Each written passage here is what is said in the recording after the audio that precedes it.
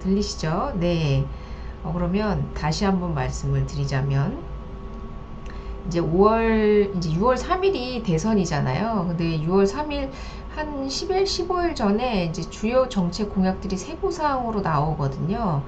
근데 그게 5월 18일입니다. 그래서 5월 18일 날 세부 정책 공약이 나올 예정이기 때문에 그때 한번 다시 가서 부동산 공약에 대해서, 다른 거는 모르겠고 부동산 공약에 대해서 말씀을 드릴 건데, 지금 이재명 후보도 그렇고 김문수 후보도 그렇고 부동산에 대한 공약을 좀 상세하게 자세하게 얘기하고 있지를 않아요. 그냥 공급을 많이 하겠다.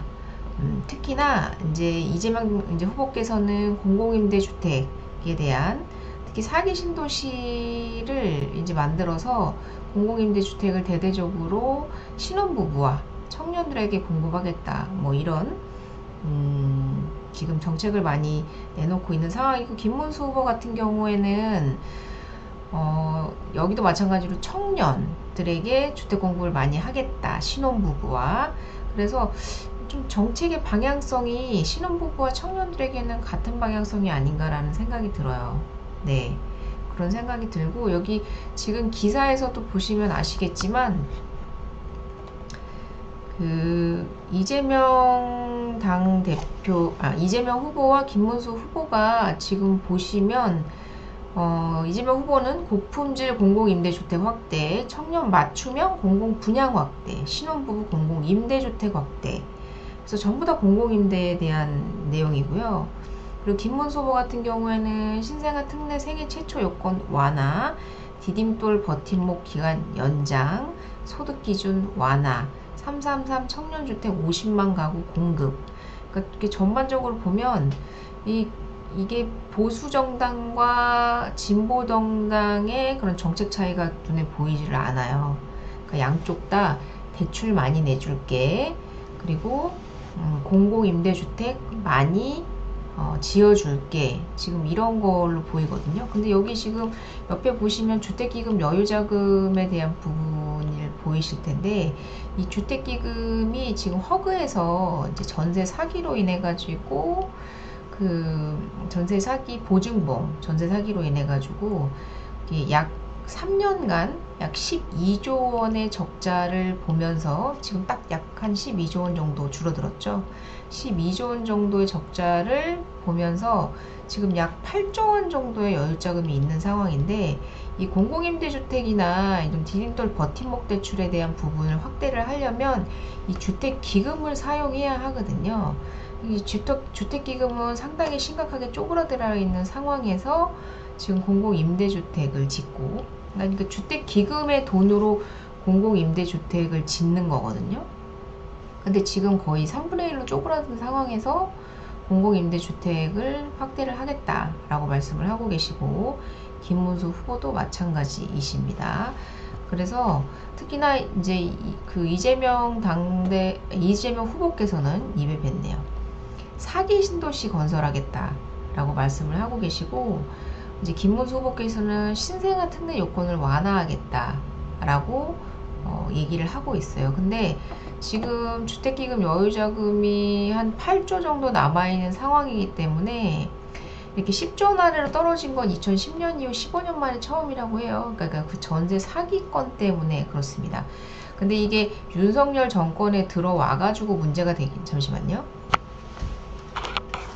윤석열 정권에 들어와서 이게 가시화가 되면서 문제가 되긴 했지만, 사실 전세라는 건 기본적으로 2년 정도를 거주를 하시잖아요. 김학수님, 숙녀라이님, 안녕하세요. 좋은 아침입니다. 기침하셨나이까? 네, 반갑습니다. 네, 그래서 전세 같은 경우에는 2년 기준으로 해서 최소 2년이잖아요. 그리고 이제 임대차 3법 때문에 4년까지 거주를 하실 수 있는 그런 부분이 있기 때문에, 사실 이게 그 전세 사기가 문제가 된 것은 사실 길게는 4년 전, 짧게는 2년 전부터. 근데 이게 빵빵 터지기 시작한 게 2023년도부터이니까 2021년도, 2019년도 정도부터 문제가 되어 왔던 부분이다. 근데 이것이 지금에 와서 2년이 지난, 4년이 지난 지금에 와서 문제가 되고 있는 것이기 때문에 사실 민주당도 그 전세 사기라는 문제에 대해서 사실 피할 수 없는 부분인 건 사실이에요. 그럼 보증보험과 전세대출의 확대로 인해 가지고 그러니까 무분별한 대출을 많이 내줘가지고 그러니까 너 직장 없어도 돼. 그리고 그냥 나이만 맞으면 신용불량자만 아니면 우리가 대출 내줄게. 그러니까 대출 내서 전세 들어가. 그리고 전세 들어갔을 때도 임대인이 돈 안 갚아주면은 우리가 갚아줄 테니까는 그냥 들어와. 보증보험 들고 들어와. 이런 정책으로 이제 문재인 정권에서 정책을 펼치면서 폭발적으로 진짜 가히 폭발적이라고 할 만큼 청년들이 전세대출을 많이 받으면서 이런 문제들이 생겨난 거기 때문에 그런데 지금 김문수 후보께서는 디딤돌 버팀목 대출 기간을 연장해 주겠다라고 발표를 하셨는데 이게 사실 나쁘다는 건 아니에요. 디딤돌 대출과 버팀목 대출 이거는 서민들의 대출이기 때문에 상당히 중요한 부분인데 이런 주택기금의 여유자금이 줄어든 부분에 대해서 어떻게 이것을 다시 늘리고 세제를 마련할 것인가. 왜냐하면 특히나 이제 국민의힘 쪽 같은 경우에는 이제 기업 친화적 그리고 세제에 대한 그런 완화라든가 뭐 제초한 폐지, 양도세 그리고 종부세에 대한 중과세 폐지 뭐 이런 것들에 대한 그런 세제 완화 정책들이 상당히 많기 때문에 이제 주택기금에 대한 이 여유자금을 어떻게 마련할 것인지에 대한 부분도 상당히 중요한 부분이 아닐까라는 생각이 들고 이재명 후보께서 주창하시는 이 공공임대주택도 마찬가지로 주택기금의 여유자금으로 마련을 해서 재원을 마련을 해서 공급을 해야 되는 부분이기 때문에 사실 이 부분이 가장 중요한 부분이 아닐까라는 생각이 들어요. 근데 전반적으로 아직까지 부동산에 대한 정책이 그렇게 자세하게 나오지를 않았어요. 그러니까 이슈화하지 않고 있어요. 부동산 정책을 그냥 공급을 많이 하겠다라는 그 부분 외에는 지금 정책적으로 눈에 보이는 것이 없고 특히나 민주당 쪽에서는 특히나 더더욱 그래요. 지금 사기 신도시 건설하겠다. 그래서 공공임대주택 많이 늘리겠다. 이런 말 외에는 지금 부동산에 대한 정책이 눈에 보이지 않는다라는 부분.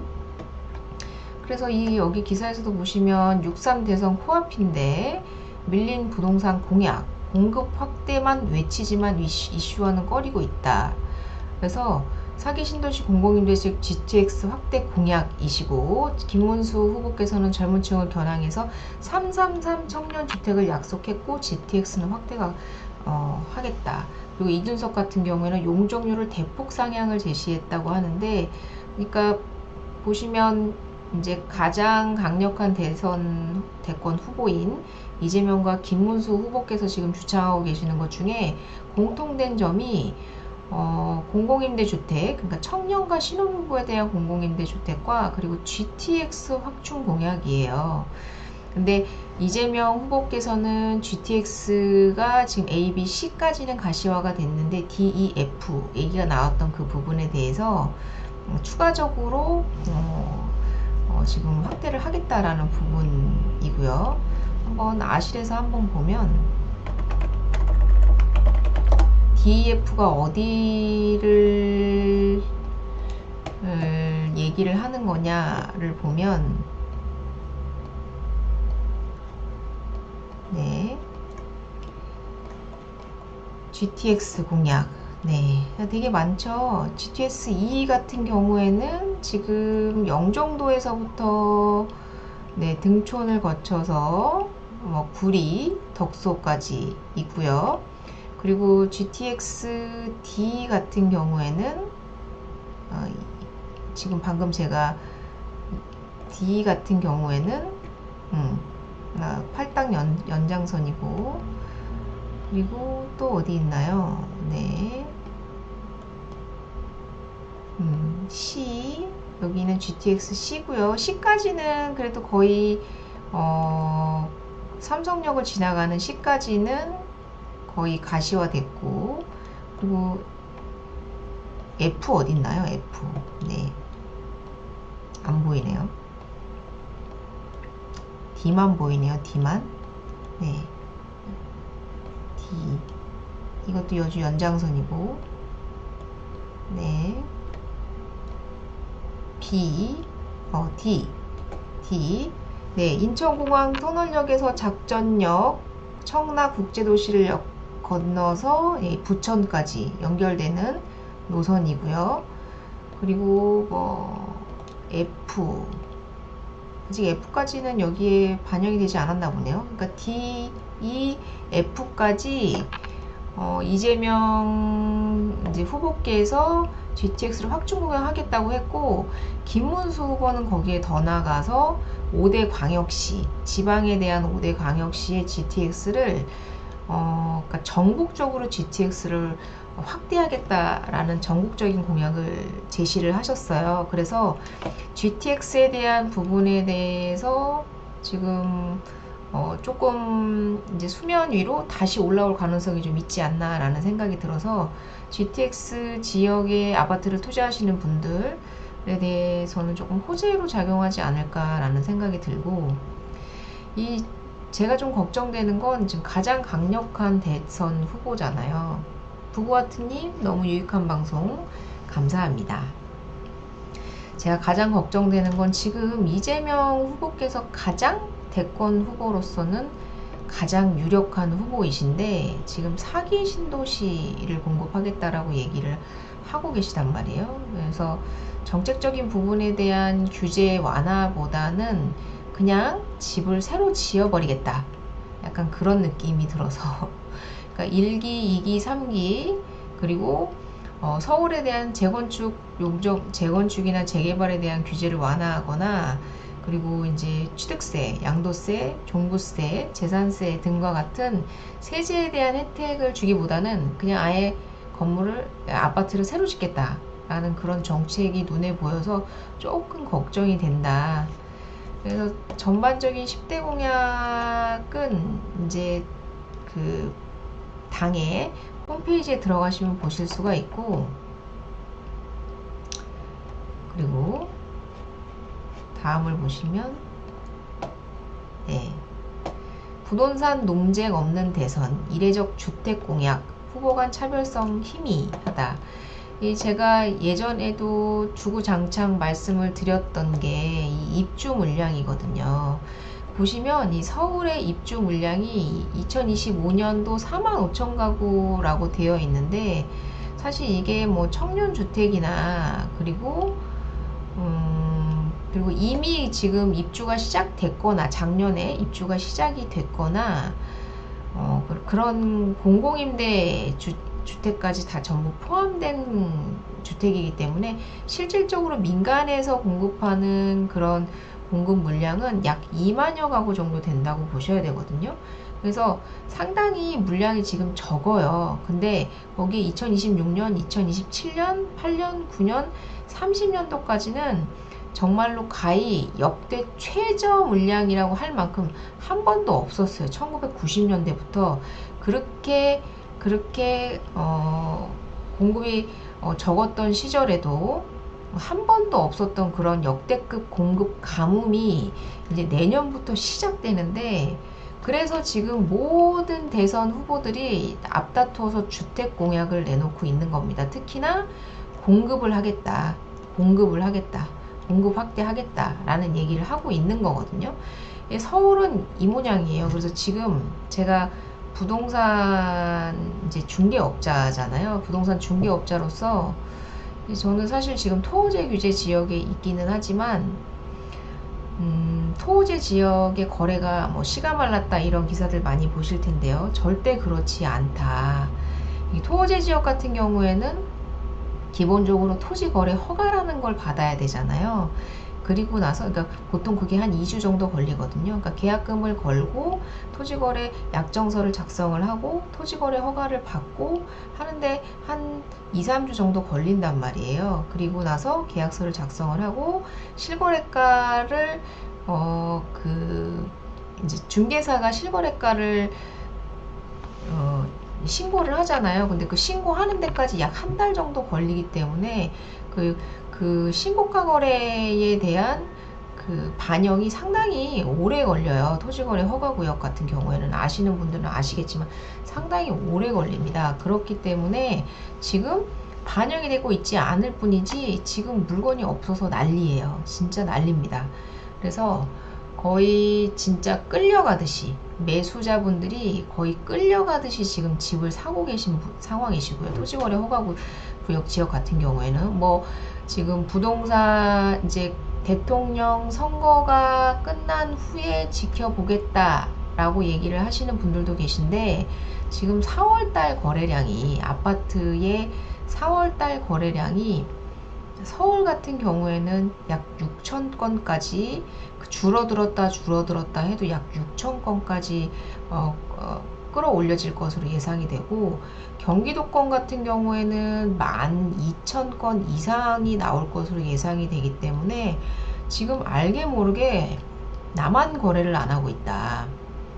알게 모르게 엄청난 거래가 이루어지고 있고 그리고 대부분이 그냥 신규 아파트를 사시거나 아니면 갈아타기를 하고 있는 수요이시기 때문에 대부분 그런 수요이시기 때문에 지금 물량이 없는데 집은 사고 있는 상황이에요. 그러기 때문에 근데 심지어 거기에 실입주에 대한 물량들이 상당히 높은 상황이시기 때문에 지금 임대차에 대한 시장이 지금 상당히 심각한 화두로 떠오를 것이다.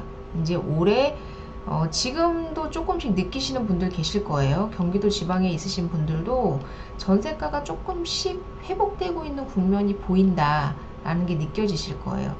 근데 이제 서울 같은 경우에는 공급이 부족하기 때문에 주택 가격이 전세가가 받쳐주지 못할 정도로 빠른 속도로 상승을 하고 있는데 경기도 같은 경우에는 전세가가 받쳐주면서 극히 일부 지역을 제외하고는 전세가가 받쳐주면서 집값이 상승하는 경향을 보여왔기 때문에 전세가의 상승이 선행되어야 하는데 지금 경기도 같은 경우에 전세가의 상승이 다시 지금 회복되는 국면으로 돌아가고 있는 것이 제가 현장 일선에서 봤을 때도 느껴지기 때문에 경기도의 상승도 얼마 남지 않았고 지금 정말로 심각하게 물건이 없어요. 그리고 제가 지금 강동 올림픽파크 포레온에도 저희 지점이 있잖아요. 근데 지금 매수 문의가 상당히 많습니다. 물건 이제 입주 기간이 3월 달에 마무리가 됐기 때문에 벌써 이제 한 달 반이 지났는데 지금까지 안 팔고 버티셨던 분들은 정말로 제가 그때 강동 올림픽 파크 포레온이 30억을 돌파할 것이다. 부평이 30억을 돌파할 것이다 라고 얘기를 드렸을 때 믿지 않으셨던 분들 지금 호가 거의 30억 가까이 다가가고 있다. 심지어 지금 입주가 시작된 지 6개월도 안 지났습니다. 6개월도 지나지 않았는데 지금 벌써 30억을 왔다 갔다 하고 있다. 30억 줘도 안 팔겠다 라시는 분들도 있고 지금 43평 기준에서 호가 33억 저희가 고객님이 계셔서 32억 33억 이상을 준다고 해도 물건이 없는 상황이에요. 신고가를 찍어준다고 해도 찍어드린다고 말씀을 드려도 물건이 안 나오고 있는 상황입니다. 그러니까 토지거래 허가구역이 묶여있는 그 외부 지역에 지금 그 반사이익이 상당히 어마어마하다. 지금 토지거래 허가구역을 다시 재지정했잖아요. 그 전에는 그래도 그런 느낌이 없었는데 이게 토지거래 허가구역으로 묶었다가 풀었을 때 그 상승하는 모습을 봤잖아요. 그 부동산의 상승 기조를 봤기 때문에 지금 강동도 미쳐가고 있다. 고덕 고덕 그라시움이나 아르테온 지금 거래량이 엄청나게 지금 폭발적으로 일어나고 있는데 지금 전고점 돌파했죠. 고덕 그라시움과 아르테온 전고점 돌파를 했고요. 이 12,000세대라는 올림픽파크 포레온의 엄청나게 큰 대규모의 아파트가 들어왔음에도 불구하고 영향 없이 계속해서 상승 랠리를 보이고 있고 전고점을 돌파했다. 캐사님 오랜만입니다. 반갑습니다. 네. 그래서 지금 난리도 아니다. 그리고 잠실 그리고 성수동, 한남동, 네, 용산구죠. 뭐 여러 지역들 지금 장난 아니고요. 경기도 지역도 보시면요, 이 적정 수요가요, 보시겠습니까?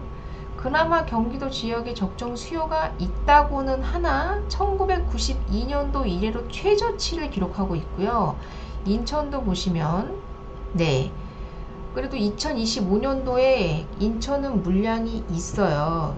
인천은 물량은 있는데 지금 2026년부터 쪼그라들기 시작해서 서울, 경기, 인천에 지금 물량이 없어서 지금, 그래서 자기들도 알기 때문에 공급 확대를 외치고 있는 거예요. 공급 확대를 외치고 있는 거고, 근데 그럼에도 불구하고 규제를 풀겠다, 규제를 완화하겠다, 그런 얘기는 못하고 또 규제를 강화하겠다는 얘기도 못하는 것이, 지금 토지거래 허가구역이라는 제도가 정말 강력한 제도거든요. 재건축 초과이익 환수제도 그렇고요.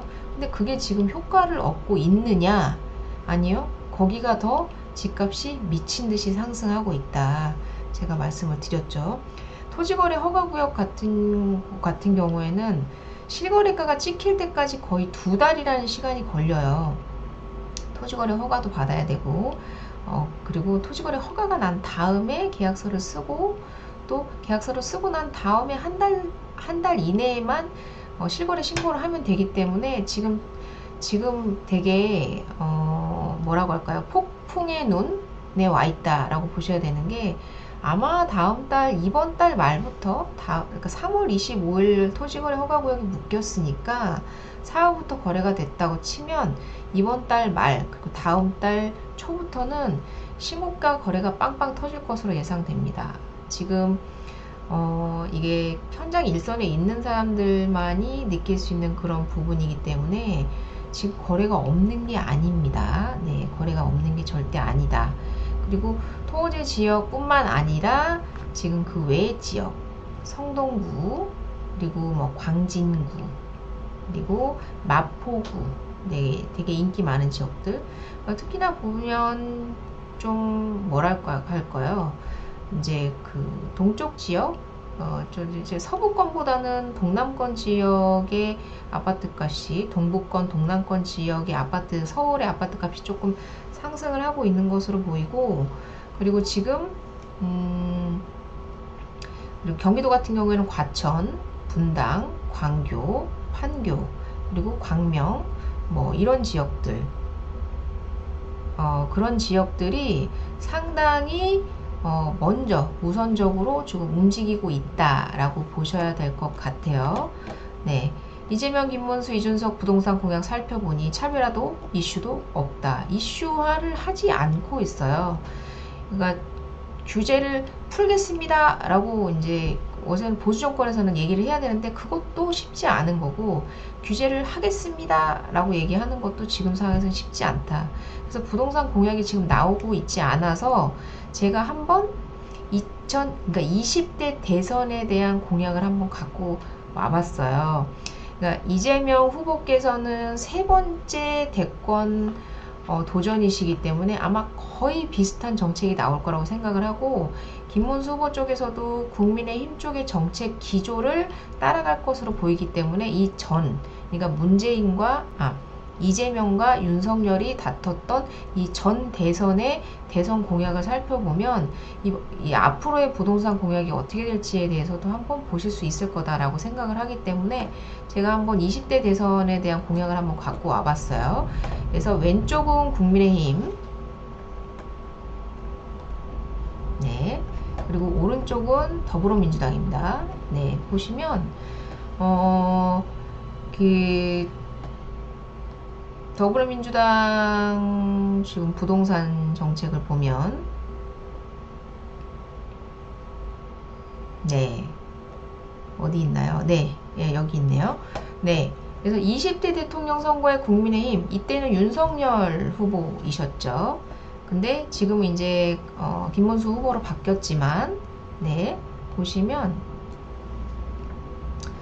5년간 250만원 공급, 서울에 50만원 공급하시겠다고 얘기를 하셨고요. 그리고 민주당 같은 경우에는 총 311만호, 거기에 서울에 107만호를 공급하겠다고 얘기를 하셨습니다. 그래서 이제 뭐 디테일하게는 재건축, 그리고 청년 주택, 공공주택 등에 대한 내용이 있으시고요. 그리고 여기서 말하는 그 민주당, 요번에도 기본주택이라는 얘기가 나왔어요. 근데 지난 20대 대통령 선거의 정책에서도 기본주택이라는 얘기가 나왔어요. 그러니까 기본주택이라는 거는 임대주택, 공공분양주택을 말하는 거거든요. 그래서 건물 분양형, 지분 적립형, 누구나 집형, 이익공유형 등 맞춤형을 공급하겠다고 되어 있는데, 지금 이번에도 똑같이 기본주택에 대한 정책은 나왔습니다. 네. 그래서 여기 뭐 건물 분양형 보시면, 그러니까 건물만 분양하고 토지는 정부가 갖고 있다거나, 이익공유형은 나중에 집을 팔 때 어느 정도 그 수익에서 이제 일부는 정부가 국가가 갖고, 일부는 그 집을 사신 분이 갖는 그런 이익 공유형, 그리고 지분 적립형, 뭐 누구나 집형 이런 것들. 그러니까 약간 중국 같은 느낌으로, 그러니까 땅은 정부가 가지고 있을게, 집만 사. 그래서 우리가 반값 아파트 공급해 줄게. 그래서 많이 들어보셨을 거예요. 반값 아파트라는 거.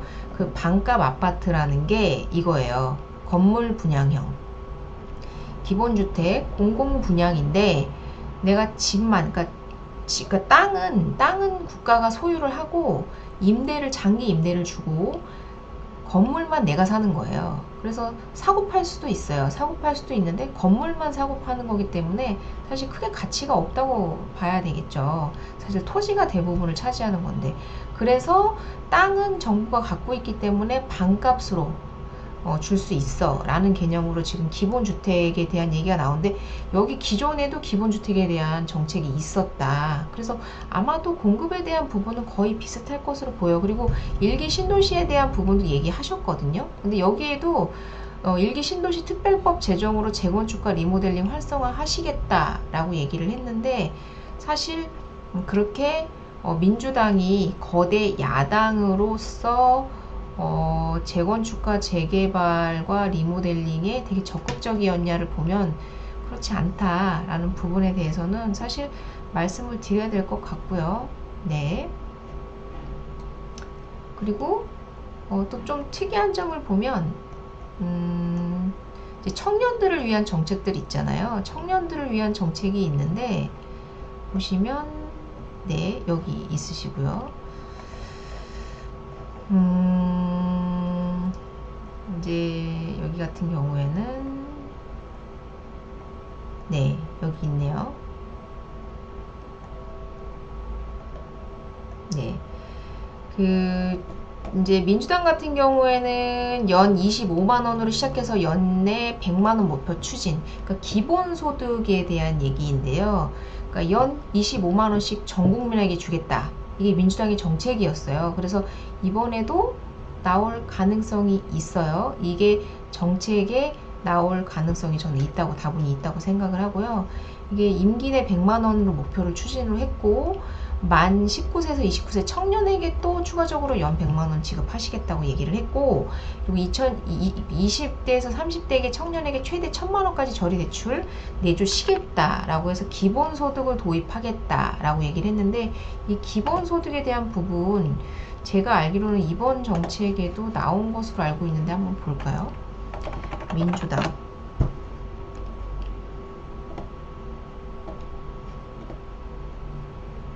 네, 이게 이제 민주당의 홈페이지인데요. 여기에 보시면 이제 그 정책이 나와요. 분야별로 보시면 청년 정책이 아마 있을 건데, 청년 정책을 한번 보면 네, 청년 정책 있네요. 네, 보시면 청년 자산 형성 지원, 청년 내일 채용 공제 시즌2 청년 미래 적금 도입하시겠다고 했고, 청년의 일할 권리 강화, 구직활동 지원금, 그리고 자발적 이직 청년의 생애 1회 구직 급여 지급, 네, 있으시고요. 청년 주거 지원 강화, 공공 임대, 월세 지원 세액 공제 확대, 공공 기숙사 공급 확대 있으시고요. 그리고 청년 맞춤형 돌봄 지원 확대, 그리고 국민연금 생애 첫 보험료 지원. 그러니까 보시면 아시겠지만 이제 기본소득에 대한 얘기는 없지만 금전적인 지원을 하겠다라는 부분이 상당히 많으시고요. 그리고 직장인 보시면 네, 짜잔, 4.5일제 도입하시겠다라고 하시네요. 그리고 포괄임금제 근본적 검토 보완. 그러니까 이제 요 부분에 대해서는 네, 조금 제가 공부를 좀 한 후에 말씀을 드리도록 하고요. 네, 그리고 직장인 재충전을 위한 국민휴가 3종 세트를 지원하겠다. 그리고 월세 세액공제, 청년패스, 통신비 부담 완화, 자녀 세액공제 확대 추진, 세액공제, 전부 다 어떻게 보면 세제 혜택에 대한 부분들이 상당히 많으시거든요. 네, 그래서 아까 처음에도 기사에서 말씀을 드렸지만 주택기금은 비어가는데 지금 지원하겠다는 지원 정책들이 상당히 많은 상황이고, 김문수 후보의 사이트를 한번 들어가 보시면, 그러니까 아무래도 민주당답게 이제 지원을 하겠다라는 그런 공약들이 상당히 많으시고요.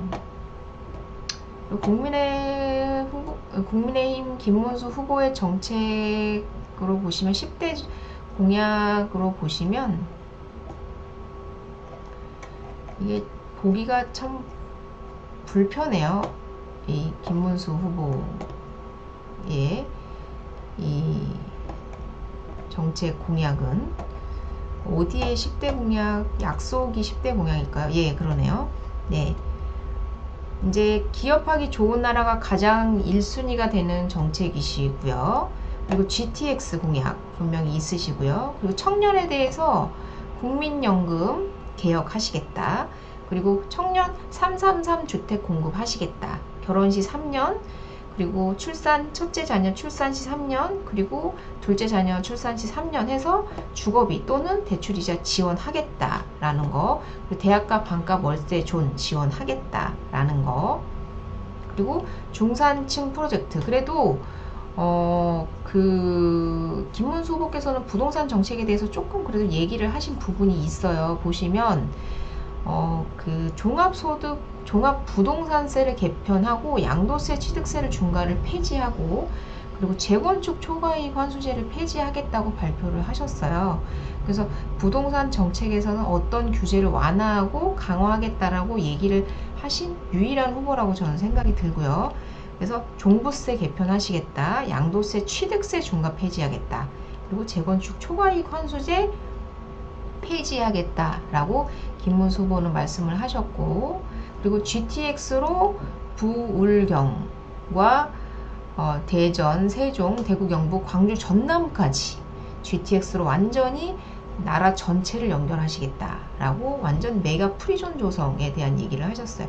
그러니까 더불어민주당도 있어요. GTX에 대한 얘기가 있는데 조금 보기가 어렵습니다. 네, 보기가 좀 어렵기는 한데 있어요. KTX에 대한 부분이 있는데 여기서는 지금 네, 아무튼 GTX를 DEF를 활성화하겠다라는 얘기가 있고요. 그리고 네, 소상공인에 대한 얘기는 당연히 있고요. 이제 경제적 지원을 하겠다라는 그런 부분에 대해서 얘기를 하고 계신 부분이 있다. 그래서 다시 20대 대선 정책으로 오면, 그래서 민주당 같은 경우에는 이 기본소득을 제 생각에는 할 가능성이 있다라는 생각이 들고, 그리고 청년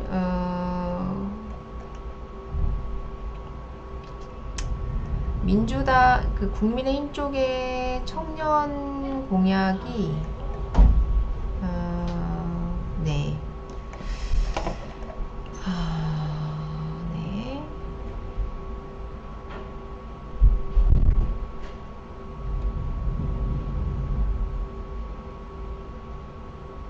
그렇게 청년에 대한 디테일한 공약은 사실 지난번에는 없었네요. 그냥 시장에 맡겨가지고, 그러니까 이제 국민의힘의 얘기는 성장복지 일자리 선순환 구조. 그래서 이제 시장에 맡겨서 기업을 지원하면서 기업 지원을 통해서 일자리를 창출하는 그런 구조로 가겠다라고 얘기를 하셨었고, 지금도 마찬가지예요. 그래서 기업하기 좋은 나라를 만들겠다라는 게 지금 제1 공약이시거든요. 그래서 지금이나 예전이나 기업 활성화와 시장에 맡겨서 노동정책이나 그런 산업정책들을 활성화하겠다라는 부분이 보여지는데, 민주당 같은 경우에는 지금도 마찬가지지만 청년들에게 금전적 지원과 대출적 지원을, 그러니까 돈으로 지원을 해서 근데 그것이 조달 방안이 민간 투자에 대한 자금을 활용해서 이제 제공을 하겠다라는 그런 부분이거든요.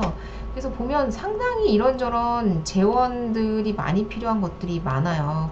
근데 저는 지난번에도 말씀을 드렸지만 청년들한테 이렇게 돈을 주는 것이 과연, 청년분들도 지금 방송을 보고 계실지 모르겠는데 돈을 주면 좋죠. 근데 이게 다 그 청년들이 다시 갚아야 될 세금이라는 것을 왜 얘기 안 하고 청년들에게 돈을 주시겠다는 건지 모르겠고, 청년들한테 그래도 동의는 받고 돈을 지불하셔야 되지 않겠습니까? 네. 그리고 농어촌 기본소득도 지불하시겠대요. 그리고 이번에 양곡관리법 통과시키겠다고 하시잖아요. 민주당 쪽에서. 그 양곡관리법이라는 게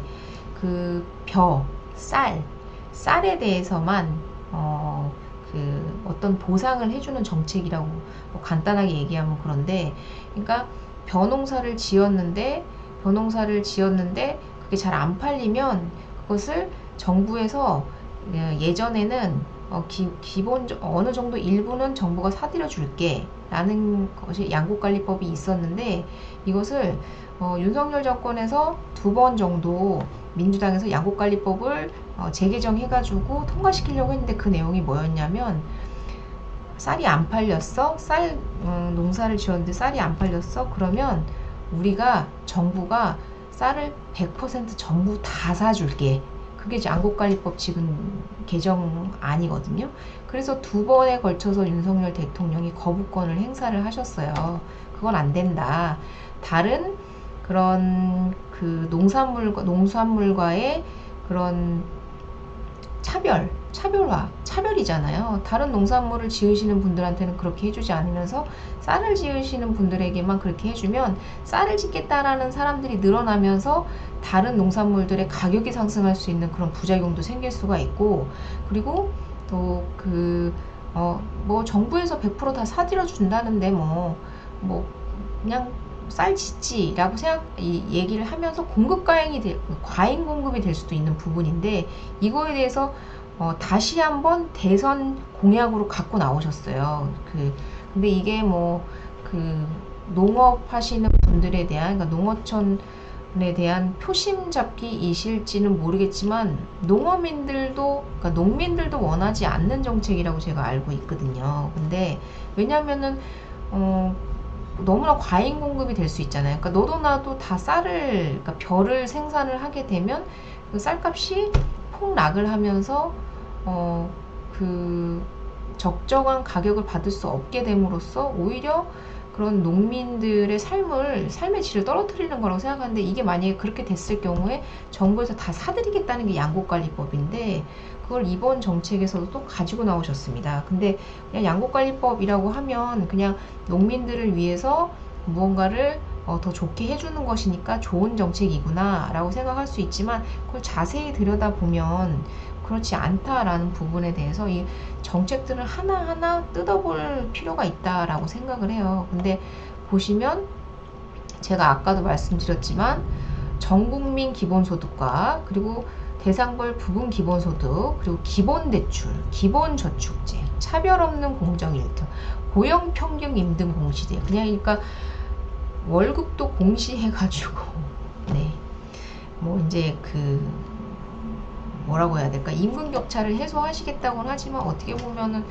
이 능력 있는 사람이 돈을 많이 받고 능력이 조금 부족하신 분들은 덜 받을 수밖에 없는 게 자유시장 경제의 논리인데, 그냥 고용평등 임금 공시제를 통해서 임금 격차를 해소하시겠대요. 이거는 거의 반강제성이 아닌가라는 생각이 들고, 반대로 국민의힘 쪽에서는 고용 친화적 환경 조성으로 양질의 일자리를 조성하겠다. 그래서 근로시간 등 노사 자율의 결정 분야를 확대하고, 특히나 지금 반도체 분야, 다른 나라에서는 지금 반도체 분야 지금 계속해서 성장하고 있는데, 우리 삼성전자에서 얘기하는 것이 52시간제 도입 때문에 지금 그런 시간적 규제와 제약 때문에 지금 반도체에 대한 그런 성장이 지금 더뎌지고 있다라고 얘기를 하고 있는데, 민주당 쪽에서는 이 부분에 대해서 반도체에 대한 부분을 확대하겠다라고 얘기를 하고 있으면서도, 성장시키겠다고 하고 있으면서도 이 근로시간에 대한 52시간제 배제에 대해서는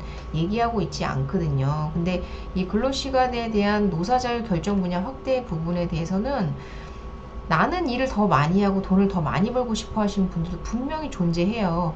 52시간을 딱 일을 하시고 52시간만에 대한 월급만 받고 싶으신 분들도 계시지만, 52시간보다 나는 더 일하고 돈을 더 벌고 싶어. 나는 자녀가 셋이나 있어. 나는 우리 애들이 넷이나 있고, 셋이나 있고, 넷이나 있고, 먹여 살려야 될 일이 너무 많아서 나는 더 일하고 싶어. 근데 왜 52시간밖에 일 못하게 하니? 이렇게 생각하시는 분들도 분명히 존재하기 때문에, 이 근로시간과 이 근로시간에 대한 부분은 노사의 자율에 맡겨서 결정하는 분야를 확대해야 된다라고 생각을 하거든요. 그런 부분에 대해서는 저는 국민의힘 쪽의 정책이 올바른 방향이 아닐까라는 생각이 들고, 그리고 스타트업, 강소기업, 중소기업, 중견기업과 대기업으로 성장할 수 있도록 세제자금 R&D, 기술 지원, 디지털 전환 지원 강화하시겠대요. 이런 부분에 대해서 저는 국민의힘 쪽에서 얘기하는 이런 그 고용 친화적이라는 게, 사실 어떻게 보면 노동자 입장에서는 어떻게 보면 쉽게, 그러면 직장에서 쉽게 기업들이 나를 쉽게 자를 수 있다라는 거잖아 라고 얘기를 하는 거지만, 반대로 생각해 보면 회사가 있어야 직장도 있는 거지 않습니까? 근데 직장이 없어져 버리면 내가 일할 수 있는 노동의 임금을 받을 수 있는 곳도 사라지는 거기 때문에, 이거는 누구한테만 보편적 가치를 내세울 것이 아니고, 회사를 운영하는 회사 대표도 국민이고요, 노동자입니다. 그리고 그 안에서 일하고 있는 직장인분들과 노동자분들도 노동자이십니다. 그리고 자영업자분들도 노동자이시고요, 자영업자 밑에서 일하고 있는 그 프리랜서 분들도 노동자이십니다. 모두 다 일을 하고 계신 분들인데, 어떤 특정 계층에게만 그 금전적인 지원을 해주고 시간적인 자유를 준다라는 것은, 이 52시간제 그리고 최저임금 확대로 인해 가지고 지금 상당히, 지금 아르바이트 하시는 분들도 아시겠지만 아르바이트 상당히 구하기 어렵잖아요. 그리고 하고 싶어 하지도 않으시잖아요. 최저임금 그러니까 최저 근로 임금이 있다 보니까 이게 그냥 뭐 그냥 간단한 노동만 해도 먹고 사는데 지장이 없다 보니까 어려운 일들은 하지 않으려고 하다 보니, 이게 제조업에 대한 그런 뭐 침체 부분이라던가 뭐 그런 부분에 대한 좀, 어쨌든 제가 뭐 그런 부분에 대해서 전문가는 아니지만 사실 좀 역효과 부분이 나는 부분도 없지 않아 있지 않나라는 생각이 들어요. 양평 가볼 만한 곳님, 양곡관리법 1.3조 원 이제 2.6조 원 되는 거죠. 쌀가격 폭락 예상. 그래서 저는 그런 생각이 들어요. 그래서 양곡관리법도, 그러니까 뭐 농민들을 위한 것이다, 농민들이 살아야 국민들이 사는 것이다, 이렇게 얘기를 하지만, 그것을 안쪽에 들여다보면 그것이 세금에 대한 그런 부분이 분명히 존재를 하고요. 그리고 그 자원을 어디서 조달할 것인가 계속 지원만 하겠다라고 하면 기업이 없으면 노동자가 어떻게 있습니까? 그렇기 때문에 이런 상생형으로 가야 된다라고 생각을 하는 부분도 저는 그리고 든든 일자리 이어주기. 저는 그러니까 자유시장 경제 논리에 맞춰서 정책이 보편화됐으면 좋겠다라는 생각이 드는 사람의 입장에서 이런 기본소득 같은 거는 저는 하지 않는 것이 좋지 않을까라는 생각이 들고요. 근데 지금 그런 정책들에 대한 얘기가 나오고 있는 것이 사실이다 라고 보셔야 될 것 같아요. 그래서 조금 안타깝다 라는 생각이 들고,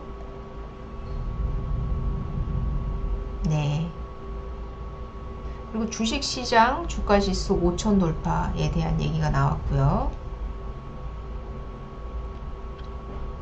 재건축 재개발 규제를 합리화하겠다, 지원을 확대하겠다, 맞춤형 공공분양 공급 임대를 확대하겠다, 이렇게 얘기를 하고 있는데 이 부분에 대해서는 어떻게 하실지에 대한 구체적인 사항은 아직 나오지 않고 있다.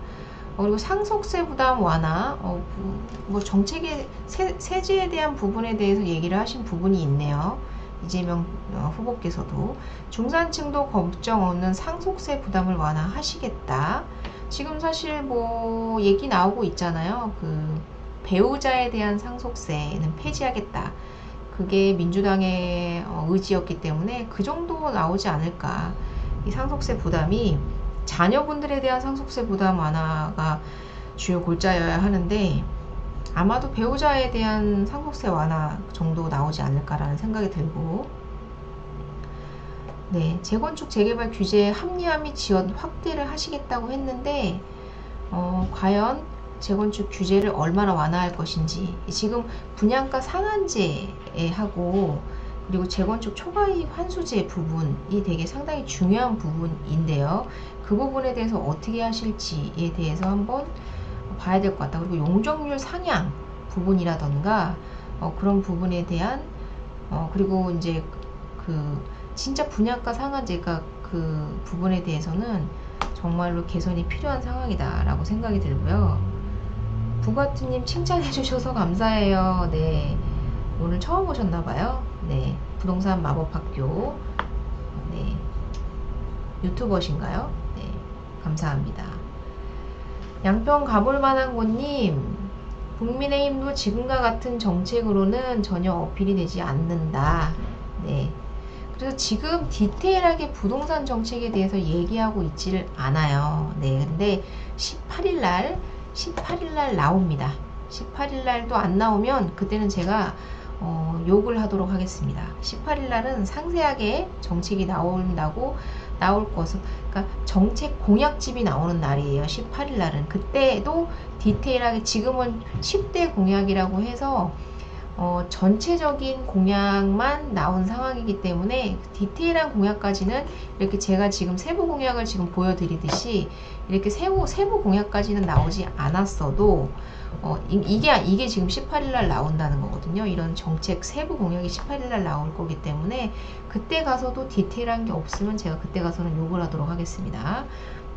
그래서 어쨌건 지금까지 나온 얘기로는 이재명 후보께서는 공공임대, 공공분양, 그리고 반값 아파트, 사기 신도시, 그래서 신도시를 개발해서 집을 공급해내겠다. 그래서 제가 생각했을 때는 이재명 후보께서는 재건축 재개발 지금에서 세제 정책 건드리지 않겠다 했기 때문에 지금에 있어서 규제를 풀지도 그렇다고 강화하지도 않을 것으로 생각이 들고, 4기 신도시와 3기 신도시에 상당히 중점과 방점을 둘 것으로 예상이 되고요. 김문수 후보께서는 제초안 폐지하시겠다. 그리고 종합부동산세 완화하겠다. 그리고 양도세, 취득세, 중과세 폐지하겠다라고 발표를 하셨기 때문에 김문수 후보가 이제 당선이 되시면 부동산 규제에 대한 대폭적인 완화가 기대된다.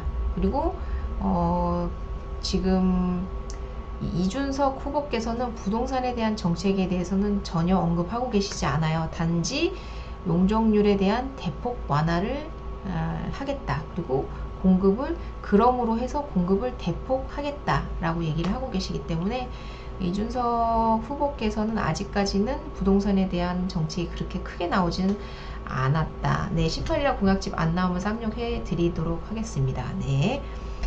이게 뭐 이제 선거관리위원회에서 발표한 내용이기 때문에 18일날 선거 공약집이 나올 것으로 예상이 되고요. 그때 돼서 제가 디테일하게 한번 말씀을 드려보도록 할게요. 근데 지금 상황에서는 전반적으로는 민주당에서는 기본주택으로 해서 반값 아파트와 공공주택 그리고 기본소득 그리고 지금 그게 빠지긴 했어요. 구두상으로는 그 국토보유세 하지 않겠다라고 얘기를 하기는 하셨지만 할 가능성 있다라고 저는 생각을 해요. 그래서 요 네 가지가 가장 이슈화가 될 것 같고 국민의힘 같은 경우에는 부동산 정책 규제 완화 그리고 대출 규제 완화에 대한 부분 DSR 부분 있잖아요. DSR 부분도 어느 정도 완화하겠다라는 구두상 얘기가 있었기 때문에 전반적인 완화가 아니라 차별적인 DSR 규제 완화에 대한 부분을 얘기했기 때문에 부동산 규제 완화와 대출 규제 완화에 대한 부분이 이슈가 될 것 같고 아직 이준석 후보께서는 용적률 완화 이외에는 특별히 공약으로 내세우시는 것이 없기 때문에 방향성은 아직 좀 애매하다라고 볼 수가 있을 것 같아요. 그래서 내가 원하는 방향이 어느 방향인지를 잘 생각을 해보시고 선택을 하시면 될 것 같다. 근데 제가 지난번에도 말씀드렸지만 청년분들 제발 임대주택에 들어가지 마시길 부탁드리겠습니다. 네. 어려우신 분들 임대주택에 들어가시는 그리고 짧게 들어가신다고 해도 2년, 3년, 4년 짧게 사시고 나오시기를 저는 말씀드리고 싶어요. 이게 1년 단위의 집값의 아파트값 상승 속도가요. 보시면요. 가격 한번 보시겠습니까? 서울 네. 2006년도부터예요. 이 파란색이 집값이거든요. 이 이명박 정권 때 살짝 꺾인 이래로 단 한 번도 우상향 하지 않은 적이 없어요. 그냥 상승. 그러니까 전반적으로 봤을 때는 아파트 값은 상승하거든요. 근데 만약에 10년 동안 임대주택에 살다 나오시면 이 아파트 값을 어떻게 감당하실 겁니까? 경기도도 한번 볼까요? 경기도도 마찬가지예요. 전반적으로 봤을 때 우상향이거든요. 그렇기 때문에 아파트 값을 10년 동안이나 임대주택에 사는 것을 저는 반대입니다. 근데 지금 김문수 후보가 333 그리고 이재명 후보가 기본주택 30년을 보장하겠다는 거거든요. 지금 30년 네 30년 보장 이제 노후주택 그러니까 30년이면 제가 진짜 강력하게 말씀드리면 30년 감옥 갔다가 나오시는 거랑 마찬가지예요. 사회에 적응 못해요. 그렇게 되시면. 그러니까 짧게 들어가셨다가 짧게 나오시기를 바라고 최대한 신혼집을 작게 마련하시더라도 내 집 마련을 하시기를 저는 말씀을 드리겠다. 이게 첫 집 구하는 게 되게 상당히 어렵거든요. 내 집 마련의 처음이 가장 어려워요. 근데 내 집 마련을 처음 한번 해보시고 나면 그 다음은 왜냐면 내 집이 샀는데 집값이 물론 떨어질 수 있겠지만 언젠가는 회복을 하거든요. 그리고 그 안정감이라는 거 내 집을 샀을 때 그 안정감이라는 건 상당히 무시 못하는 부분이기 때문에 그 30년간 임대주택에 보장을 해준다고 해도 정권이 바뀌면 또 그 30년 보장하겠다는 임대주택도 어떻게 바뀔지도 모르는 일이거든요. 우리나라 같은 경우에는 5년 단임제이기 때문에 정권이 바뀔 때마다 정책도 바뀌기 때문에 맞습니다. 양평 가볼 만한 곳님 말씀하신 대로 각자 도생 네, 이기 때문에 정부의 말을 너무 귀담아 듣지 마시고 내가 내 삶을 꾸려나갈 수 있는 그러한 계획을 짜시고 움직이셨으면 좋겠다라는 생각이 듭니다. 네, 저는 더불어민주당, 국민의힘, 그리고 그 이준석 당대표 개혁혁신당인가요? 네, 이준석 후보님, 이 세 분의 후보님들께서 어떠한 정책을 내놓느냐에 따라서 그 정책에 맞게 저는 투표를 할 거거든요. 우리 구독자 여러분들께서도 그렇게 했으면 좋겠고요.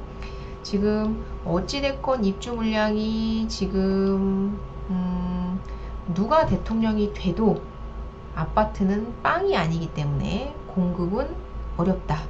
공급은 어렵기 때문에, 그리고 공급은 어렵기 때문에 집값은 무상향할 수 있는 상황이라 가급적 지금 집을 사시기를 추천드리고, 부동산 정책이 나온 뒤에는 늦을 수 있습니다. 네, 늦을 수 있기 때문에 최대한 하루라도 빨리 내 집 마련 하나 정도는 하시는 것이 옳다, 이렇게 말씀을 드리면서 오늘 방송 마치도록 하겠습니다. 네, 강한님, 네, 안녕하세요. 그냥 자기들한테 표나 달라는 이야기죠.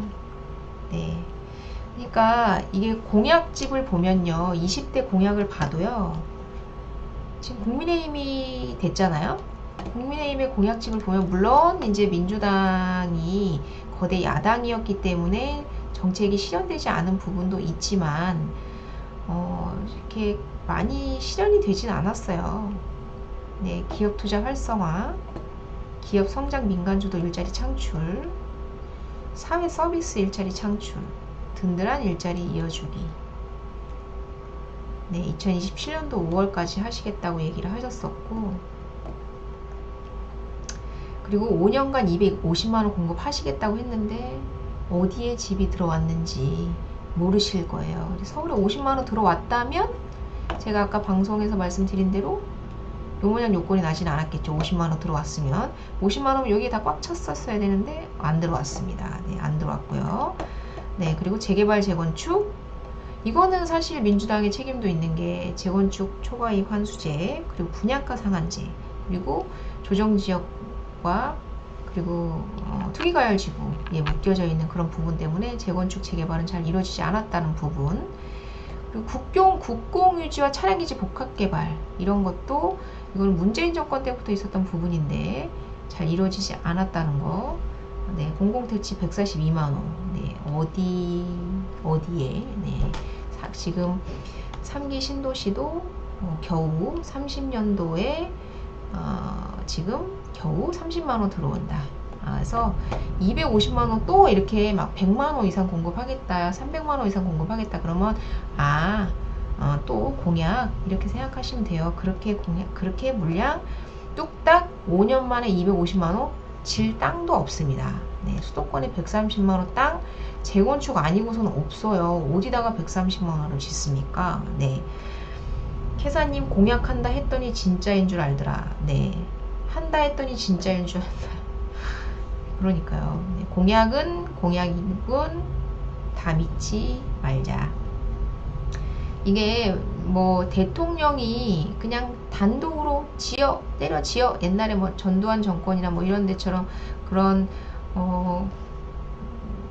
옛날이었으면 가능했을지도 모르지만 지금은 합치와 그런 민주화의 정치를 해야 되는 시기이기 때문에 하고 싶다고 되는 게 아니기 때문에 양쪽 다 합리적으로 이렇게 맞아 떨어지는 부분이 있거든요. 그런 부분에 대해서만 어느 정도 로드맵이 형성되는 부분이기 때문에 내가 설령 민주당을 지지한다고 해도 국민의힘의 정책을 보셔야 되고, 내가 국민의힘을 지지한다고 하셔도 민주당의 정책을 보셔야 되는 이유가 그런 이유입니다. 어느 한 당이 하겠다고 해서 되는 게 아니거든요. 합치가 이루어져야 되는 부분이기 때문에 그렇습니다. 공공주택 50만원 공급, 네, 이런 거 다 어려웠다, 이렇게 말씀을 드리고요. 그래서 정책은 정책일 뿐 다 믿지 말자 라고 말씀을 드리면서, 근데 하려고 노력했던 건 사실이다. 어쨌든 정책 규제, 투기과열지구 다 풀었잖아요. 그리고 분양가 상한제도 투기과열지구 지역 빼고는 다 풀었잖아요. 그리고 분양가 상한제도 그렇잖아요. 그리고 종부세도 지금 미뤘잖아요. 중과 유예했잖아요. 그리고 양도세 중과도 유예했잖아요. 그러니까 할 수 있는 부분들은 다 했어요. 네, 시행령으로 다 했는데 법을 바꿔서 해야 되는 그런 부분들에 대한 부분, 그러니까 다주택자에 대한 그런 정책이 나와줘야 된다 생각해요. 저는 다주택자에 대한 정책을 과연 누가 내놓을 것인지에 대해서 한번 눈여겨 지켜볼 것이다. 그래야지만 지금 집값이 오르고 있는 상황에서 전세가까지 지금 오르려고 하는 기미가 보이고 있거든요. 집값, 전세값 둘 다 동시에 올라버리면 답이 없어요. 근데 지금 보시면 알겠지만 여기 가격 분석 보시면요, 이게 주황색이 전세값이고 파란색이 매매값이거든요. 보시면 함께 오른 데가 어딥니까? 지금 항상 전세가가 떨어지면 매매가가 오르고 전세가가 오르면 매매가가 떨어지고 했어요. 근데 문재인 정권 때 전세가랑 매매가가 동시에 상승했습니다. 그래서 물가가 아파트가 폭발했죠. 근데 지금 물량이 없어서, 입주 물량이 없어서 지금 또 전세가랑 매매가가 동시에 상승하는 그런 초유의 사태가 다시 한번 눈에 보일 것으로 예상이 돼요. 전세가 상승하면요, 전세가 매매가 같이 상승하면요, 그 폭발적인 상승을 그 누구도 막을 수 없다. 근데 임대가라도 잡으려면, 두 마리의 토끼는 잡을 수 없기 때문에 임대가라도 잡으려면 다주택자에 대한 규제를 풀어야 된다. 특히나 취득세에 대한 규제 풀으셔야 된다 라고 말씀을 하고, 종부세에 대한 규제 완화하셔야 된다. 그러니까 사고 보유할 수 있도록 만들어 주셔야 되기 때문에 취득세, 종부세에 대한 완화 필요하다. 그래서 김문수 후보께서 취득세 규제, 중과세 폐지하고 종부세에 대한 부분에 대해서 개선을 하겠다고 얘기한 게, 이게 다주택자에 대한 규제를 완화하겠다라는 얘기거든요. 그래서 저는 그 부분에 대해서 눈여겨 지켜보겠다라고 말씀을 하겠습니다. 양평 부가트님, 너무 좋은 방송이네요. 감사합니다. 너무 감사하고요. 강한님, 안녕하세요. 네, 인사. 네, 안녕하세요. 반갑습니다. 이제 저는 오늘은 이만 방송을 마치고 떠나도록 하겠습니다. 양평 가볼만고님, 전세가 폭등하면 전세 가격 상한제라는 새로운 법을 만들 겁니다. 네, 전세 상한제, 그럴 수도 있겠죠. 네, 놀랍네요. 저는 거기까지는 생각을 해보지를 못하는데, 하긴 뭐 법으로 규제하지 못할, 그러면 전세가 상한제 만들잖아요. 그러면은 월세가 폭발하겠죠. 네, 월세가 폭발하겠죠. 네, 규제는 누르면 누를수록 폭발하게 돼 있다. 풍선 누르면 터져요. 네, 그렇습니다. 그래서 너무 누르는 것은 안 된다. 부가트님 고생하셨어요. 감사합니다. 다들 이제 출근 시간이실 텐데 출근 잘 하시고요. 네, 좋은 하루 되시길 바라겠습니다. 저도 좋은 하루 되고요. 또 가끔씩 이렇게 생방송으로 만나면서 이렇게 저희 구독자님들 만나는 이런 시간 만들도록 하겠습니다. 제가 생방송은 제가 왜 갑자기 뿌여졌죠? 생방송은 제가 이제 편집해서 다시 한번 올리도록 하겠습니다. 네, 이만 오늘 여기까지 방송 마치고요. 도움이 되셨다면 좋아요 한 번씩 부탁드리겠습니다. 리액션도 눌러주시면 더욱더 감사하겠습니다. 캐사님 늘 감사드리고요. 양평 가볼만한 군님도 늘 항상 오셔서 댓글 달아주셔서 너무너무 감사하고요. 부가트님 새로 오셔서 감사드리고요. 강한님 근본 있는 방송 항상 감사합니다. 강한님 감사합니다.